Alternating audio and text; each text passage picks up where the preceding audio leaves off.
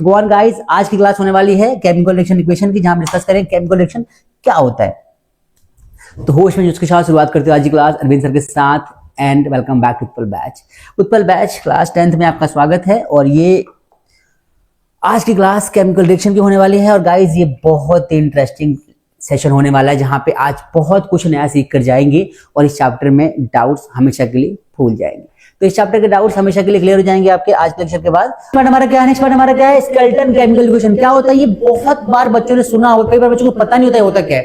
Chemical reaction के chapter के अंदर स्केलेटन नहीं पढ़ा तो क्या पढ़ा, ध्यान समझो मेरी बात। क्या होता है कि भाई N unbalanced representation of a chemical reaction showing only the correct chemical formulas for the reactants and products but not the actual number of atoms, molecules, coefficients basically कहते हैं इसको, are called skeleton। एग्जाम्पल की बात करो, ध्यान से सुनो। मैं लिखूं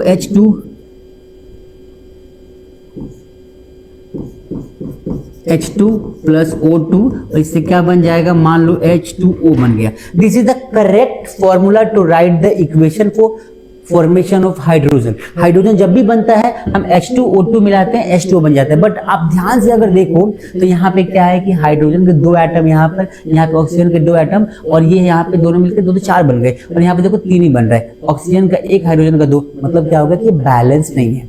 बैलेंस ना होने का मतलब क्या होता है कि this is not obeying the law of conservation of mass. क्योंकि अगर हमने यहाँ पे कुछ मास को ऐड किया है तो ये मास यहाँ दिखना चाहिए।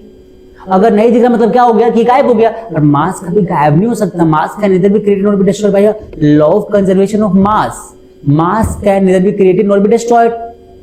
मास can neither be created nor be destroyed in any chemical reaction, and this is called law of conservation of mass. That means कि किसी भी केमिकल रिएक्शन में मास को हम कम ज्यादा नहीं कर सकते, ना बना सकते ना बिगाड़ सकते हैं, ना ऐड कर सकते ना सब्सट्रैक्ट कर सकते हैं। जितना है उतना, जितना रिएक्टेंट में आपने दिया है उतना आपको प्रोडक्ट में दिखाई देगा। And that is the law of conservation of mass. Skeleton का मतलब होता है कि जिसमें हम चीज की बात ही ना करें, जिसमें खाली ये बता दे कि भाई केमिकल रिएक्शन हो रहा है, इन दोनों को मिलने से ये बन रहा है, दैट्स इट।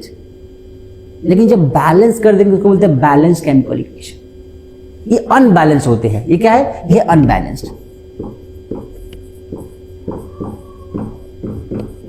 अनबैलेंस्ड है, ठीक है। लेकिन अगर मैं बात करूं किसकी बात करूं, कि अगर मैं बात करूं कि तू मुझे मिल जाए, अगर जमाने में, हाय मंजिल की बात कर रहा हूं मैं, ठीक है।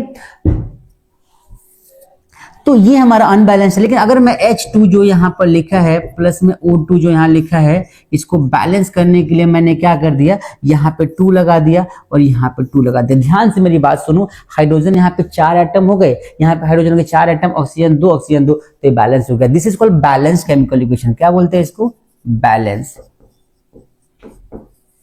ठीक है। अब ये स्केलेटन नहीं है, this is the skeleton one. इसको क्या बोलेंगे, स्केलेटन इसको बोलते हैं, इसको नहीं बोलते, ठीक है भाई।